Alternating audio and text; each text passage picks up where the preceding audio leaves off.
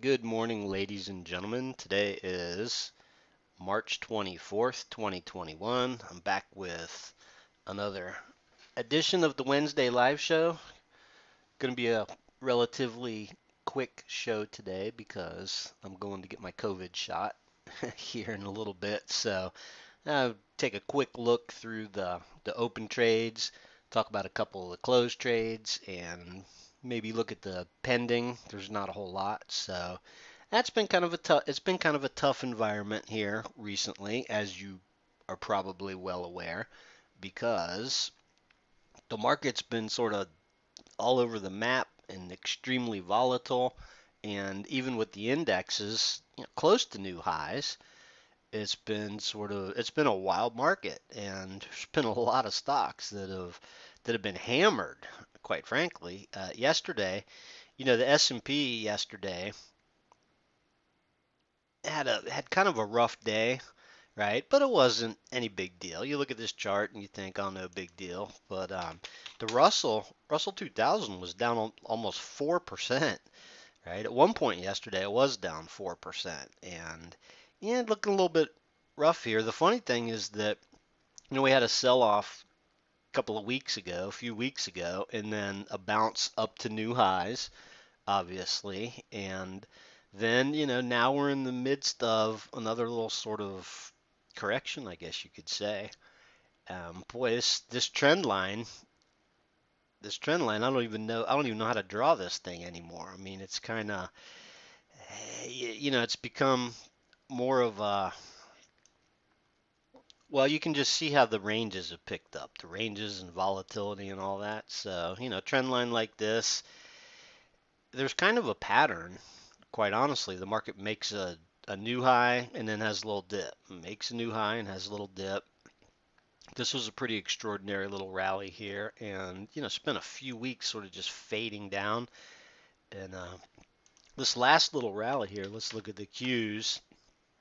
The Qs, the Nasdaq 100, and so as you know, there's been all they've been talking about on TV is rotation, rotation, and so there's this whole sort of theory that that the tech stocks, due to rising interest rates, the tech stocks are less attractive and people are rotating into value stocks and that type of thing. So, and I mean, it's a fluid situation. Yesterday the 10-year note actually um, rallied and stocks still got hit pretty hard, quite frankly. The funny thing is, if you look at yesterday on the Qs, you don't really think that it was that bad of a day, but it was nasty. I mean, it really was really a nasty sort of session where, and you saw that with the Russell losing 4%. So anyway, the Nasdaq's looking a little bit rough here, right? This trend line's actually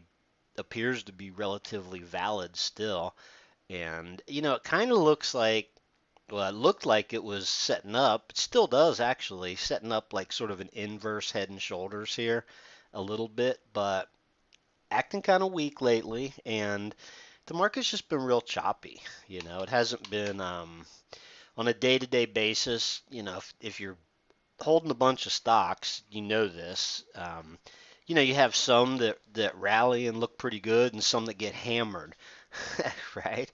And it's just really a matter of and then the next day, some of the stocks that went down, they go up, and then the other stocks rally. And sometimes you get a couple of days where the tech stocks put in a rally, and then it's just really it's one of those weird sort of environments. And I might have mentioned this last week, but I remember back in the .com days where we got into this odd sort of thing where the Dow would go up and the Nasdaq would go down.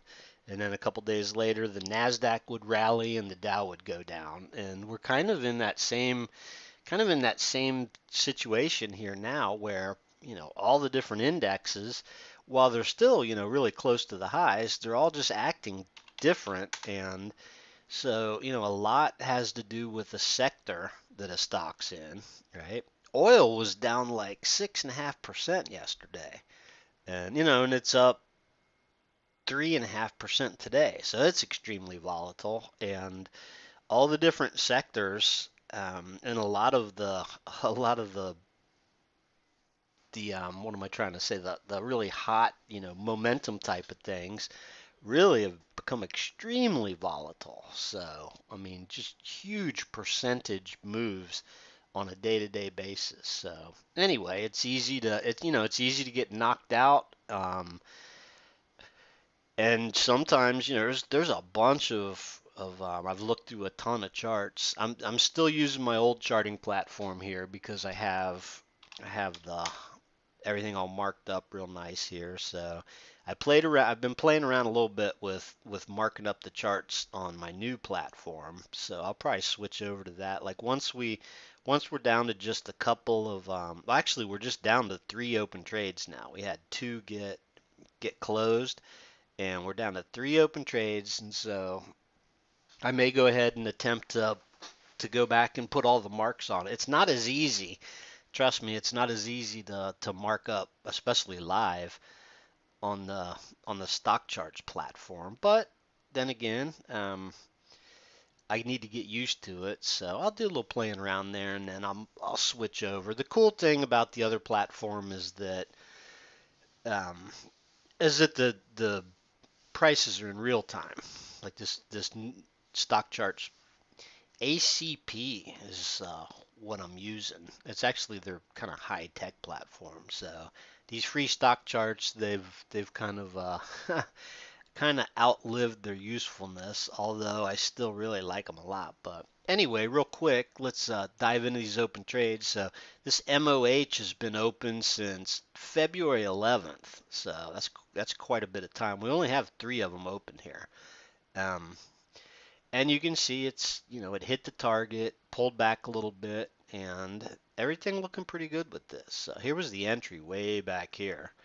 And, it's sort of taken its sweet time. But then again, and interestingly enough, there's been two, I'd say one, and then just recently two pullbacks here in the course of, making this 10% move, which, not bad. Not bad. Still looking pretty good too. This morning it's up. Yeah, it's up a little bit. You can see it's trying to actually break above this high from about a week and a half ago. And so if it's able to keep going here, could look pretty good. So everything actually looks really good with this one. So it's worked out pretty well. And you can see that the system itself kind of system itself is basically the old strategy of hang on to your winners and cut your losers short, right? So we had speaking of losers, Tesla had a full stop out on that, which was one of the ones, kind of had high hopes for the bounce. That the initial stop, I mean, it was so volatile here. We talked about this, it went from 900 to 500 and something, so it lost about a third of its value. And then that first bounce looked like it could potentially turn into a V bottom. Looked like it had some legs, and so that initial stop, as you can see, was just a little bit too tight. But then again, that's what yeah, that's what you got to do with as far as managing risk. So let me look at that real quick. I want to see. I believe it was about 10%, which is it was 9%. Okay, 9%. That's kind of at the high end.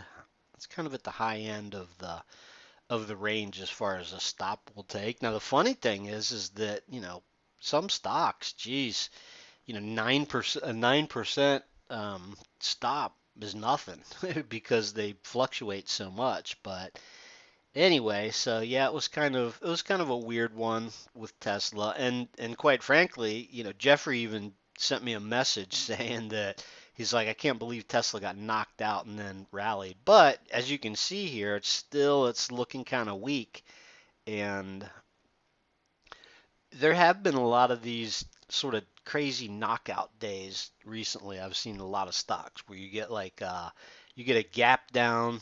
So you got a gap down and then some follow through to the downside and then a reversal, but it's still looking kind of weak here. So um, may end up all the way back down here, right? Sometimes that first rally, only carries so far. This is one I can just tell by I can tell the way that the trigger was that yeah, it was a couple of days around. I'm sorry, a couple of days when we got triggered in over here.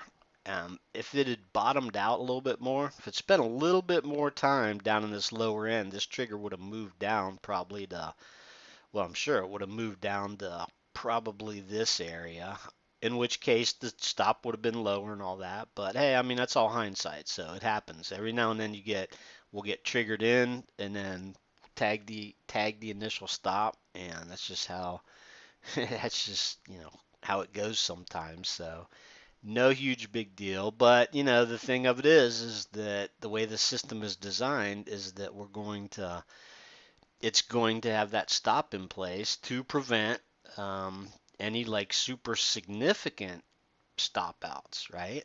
So not a huge big deal to take a 10% roughly stop out. Although if you look through the closed trades, most of them there's only a couple. There's actually I believe only a couple of double digit percent stop outs. Usually it's a lot tighter than that, but then again, the market's extremely volatile, and so it is what it is, and everything's based on the volatility of the individual stocks. So let's take a look at well, we looked at MOH. So there's three open trades right now. This is one of them. It's working out okay.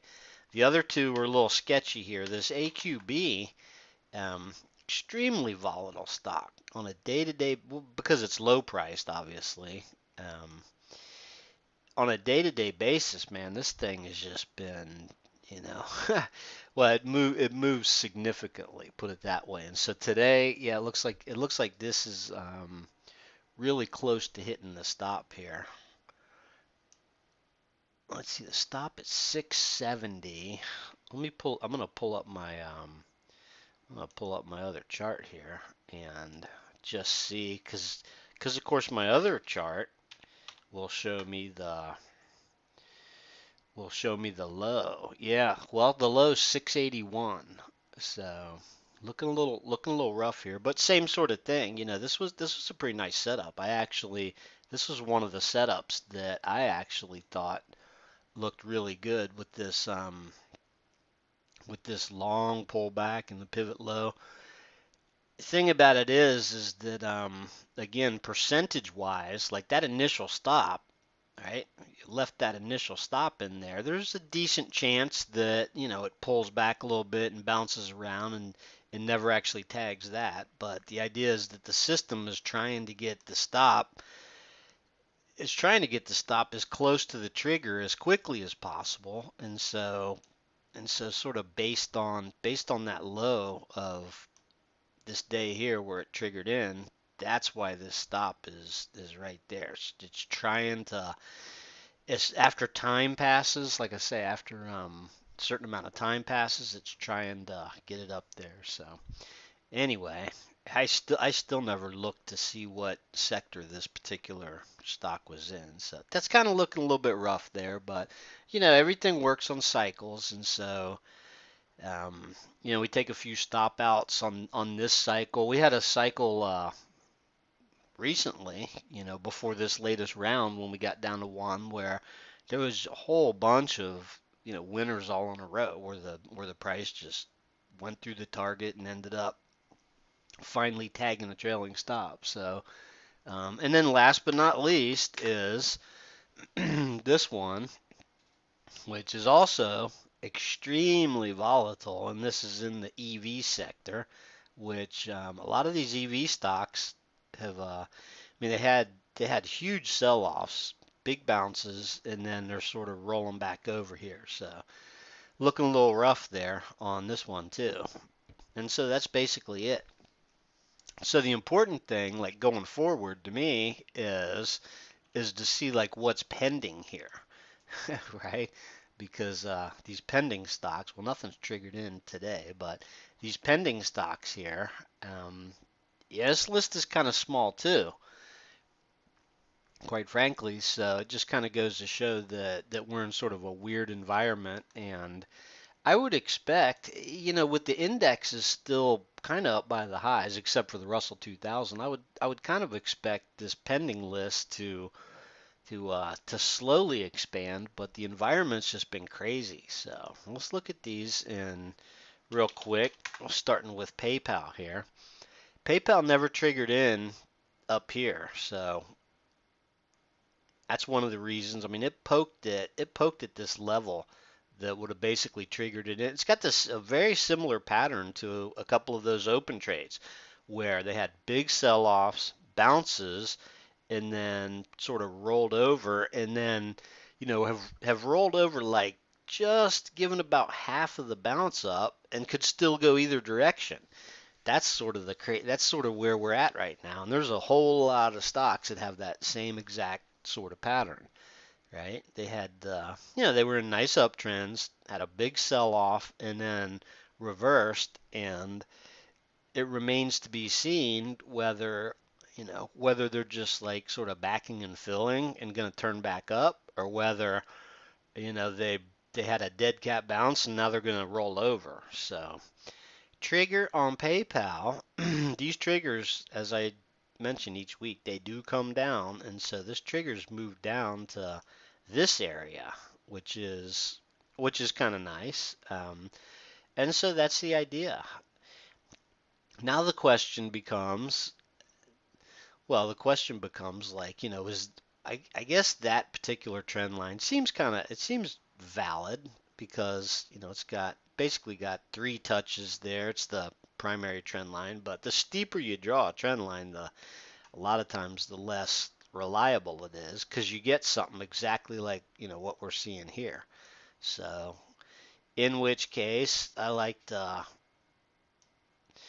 add another sort of trend line. That one seems a little bit more reasonable there. Um, Although we were pushed right up against it. So anyways, PayPal theoretically, and the thing about these volatile stocks, they can turn around on a dime and rally significantly. So still looking pretty good. Although, I could also look at this and say, wow, yeah, this looks like a sort of a head and shoulders, right? Yeah, I mean, it really does. So, and man, I see head and shoulders patterns all over the place. Um, I see them all over the place when I look at charts. I see them like on the daily charts and on the 60-minute charts, on the 5-minute charts, but kind of an unreliable pattern. It's easy to see head and shoulders all over the place, and then you still get a rally, but the market feels, as we're speaking here, it's been sort of all over the map, and now all of a sudden we're hitting the lows of the day. Um, it just feels like it feels weaker than the indexes reflect, quite frankly. And I know individual stocks are really sort of taking it on the chin, certain ones. And there's other ones that, some of the industrials are doing pretty well, but kind of on a day-to-day basis, it seems like more stocks are going down than going up, and some of the stocks that go down getting hammered significantly. So, all right, real quick, let's take a look through these other ones. This GDS, look at this thing.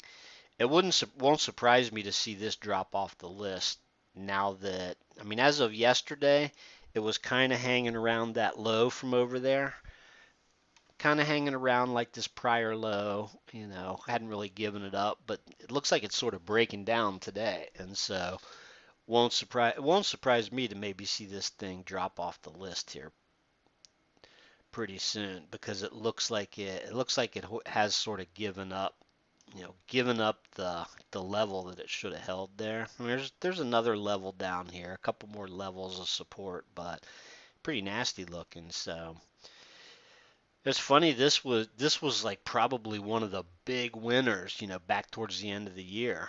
That you can see how that move that it made, and it gave it all back. And man, there's a lot of stocks that look similar to that. They had massive moves. as I look around the charts at some of these, stocks that were super hot, man, a lot of them, they went up 50% and then gave it all back, or they went up 30% and gave it all back. And there's a ton of that out there. So anyway, you can see the progression here of the triggers which haven't got filled, and so the current triggers sitting up in this area, and so doesn't look like it wants to, especially with today's price action, doesn't look like it wants to get filled. But it's a good example of the progression of the triggers. And so the idea is, again, like this sell off and this bounce, we want the system, and what we want is for that trigger to basically kind of, especially initially, stay far enough away from the price action so that it doesn't get triggered in on just like, a real quick dead cat bounce. What we're looking for is an actual trend reversal, which doesn't always happen. So, there was that little sort of bounce, but it didn't turn into a trend reversal. And so, luckily the trigger wasn't like way down here. And that's also another reason that we wait for a close over the trigger price, because that's the confirmation. You can see a lot of times where you get pokes at the trigger and it doesn't close above the trigger and then reverses and goes down. So that's kind of, there's two little sort of built-in, well, there's actually a whole lot of built-in stuff in the algo that runs this thing, but conceptually the close over the trigger price is what helps confirm the change in trend. So, like I say, this one's not looking very good either. The only thing that this has got going for it is, I mean, it's been a really strong stock in the past, right? Clearly. So, you zoom out on the chart, you can see that. But I mean, hey, there's a lot of them like that, and whether they're gonna reverse the sell-off and go back up, or I mean, that could be it, right? Like that could be it for this thing, and so it's looking extremely vulnerable here. So this looks like a big gigantic top, and it's starting to break down here. So like I said, it won't surprise me if this one ends up dropping off the list. So, and there's absolutely no chance of this thing getting triggered in anytime soon either. So if you think about that, basically kind of just writing this one off. So yeah, there's every possibility. I suppose it could bounce around a little bit, break this trend line, and rally back up. This trigger could come down over the next week or so, but and here's the thing: some stocks like this, in theory, some of these stocks that have absolutely been hammered, could have like, even if it's just sort of a counter trend rally, they could have humongous rallies at some point. So we'll just have to see. All right, moving on the pending list. Here's another one that sold down. You can see I got some interesting markings on here. Same sort of thing here. The trigger price on this probably started a little bit higher than this. I got this little box on here, so this one never triggered in up here. Still never triggered in over here. Let's see. Current trigger is, well, this one's kind of close. This one's just up here, basically above this box. So I probably didn't. A week went by where I probably didn't, add the new trigger, which was likely up in this area. And so now, you can see this trigger's moved down. It's another case though where you got the big sell-off, and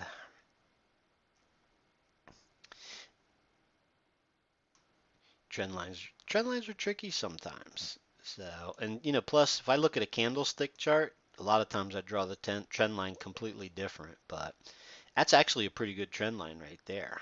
So across those two highs, and then you can see that as we stand right now, that the trigger would basically be, a break of that trend line, the close above that. But then again, if this thing breaks down out of this box to the downside, looking kind of rough here, and sometimes they do this, right? I mean, it was looks like we had a trade back in the fall on this. So yeah, another stock that basically had, really nice move up, and then is in the midst of a pullback.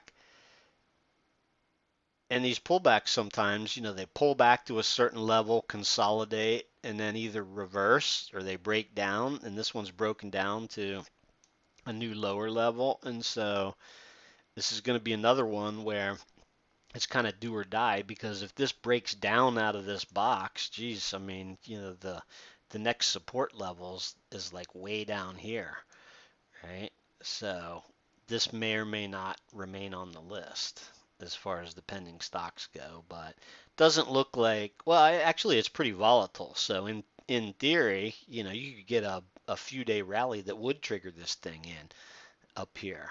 But as of right now, it's still just hanging out, waiting to see if it can rally and break out of this box or not. So, okay, moving on. I got to hurry up here because I got my appointment. Here's a great example of one that here was the trigger price, poked at it a couple times, no close above it, and that's a good thing because that's exactly what I was just talking about. So, yeah, that was a pretty nice little bounce, quite frankly.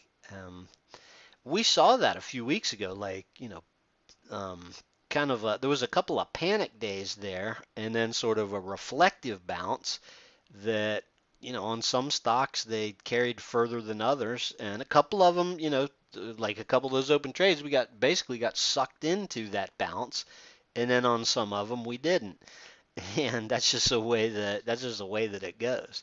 So this particular one here, interestingly enough, this trigger has moved down to like, this area, the area of the price action here.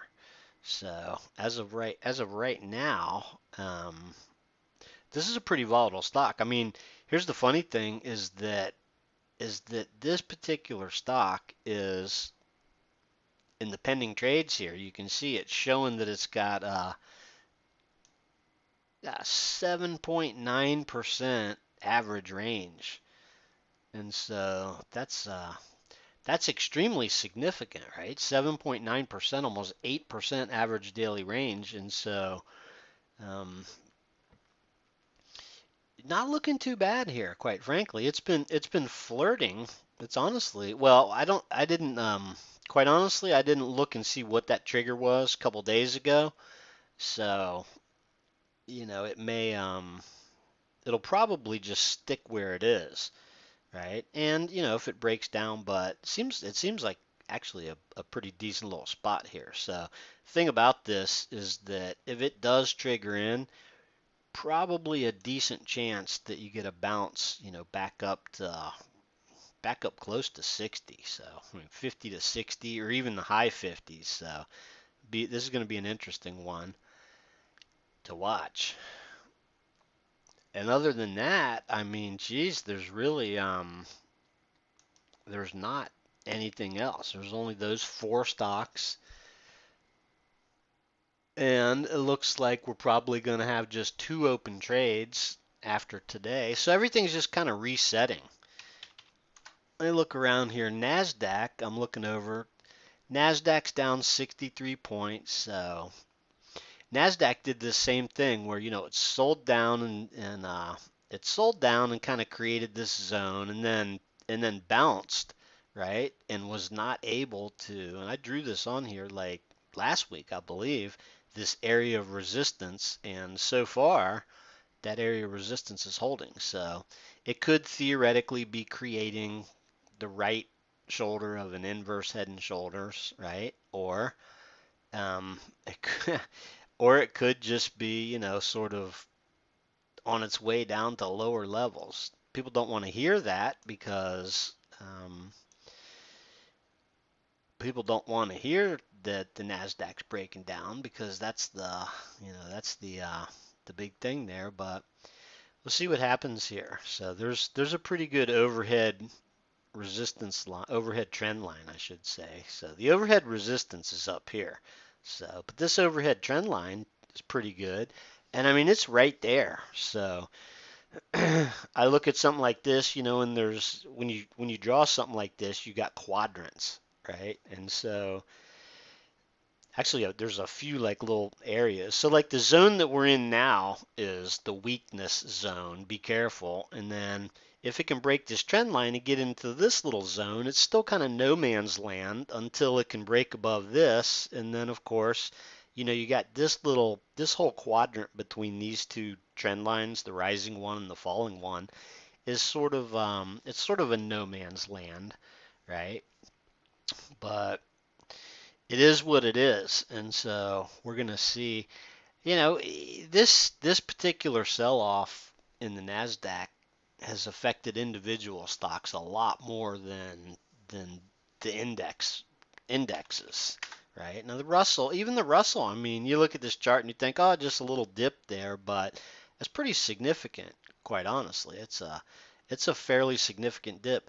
This line is the Russell 2000 IWM, I should say, but this is the ETF for it from back in 2018. So that was 3 years ago, right? And I mean, percentage-wise, these are some extremely significant moves. So it's just more volatile, right? But going back, I've always said that the Russell 2000, I think, kind of is more reflects more of like the average stock, the average random stock out there. Of course, it is 2,000 stocks, but you can see this latest pullback has been pretty significant. And yesterday was brutal. I mean, if the Russell goes down, 4%, your average Russell stock um, gets hit a lot more than that. That's just the way it works. So yesterday was nasty, and we've had a few nasty days. And so, I mean, fortunately, you guys that have been around a while know that there's times where we have a whole bunch of open trades and that all sort of trigger in at the same time, and we get, a lot of times after a cycle runs its course, we get a big sell-off. Then we get a rally. A whole bunch of stocks have built up on the pending list, and we get triggered in, and so we're not really there yet, right? Everything right now is kind of just from what I see in the system, everything is kind of erring on the side of caution. So we'll see what happens. Anyway, I need to wrap this up because, like I said, I got my first COVID shot coming up here this morning, so I suppose I'm happy about that. But it is what it is. So fortunately, I've gone for the entire, knock on wood, I've gone the entire pandemic without catching it, and I don't want to catch it, and so I'm going to get my shot. So anyway, hey, thanks for tuning in. Um, Everything will get updated. We've been doing the updates a little bit later. Jeffrey's out on the West Coast there, so it makes kind of a difference on the update times, unfortunately. But anyway, keep your eye on everything, and everything's kind of in a little state of flux. And I will see you back here next week.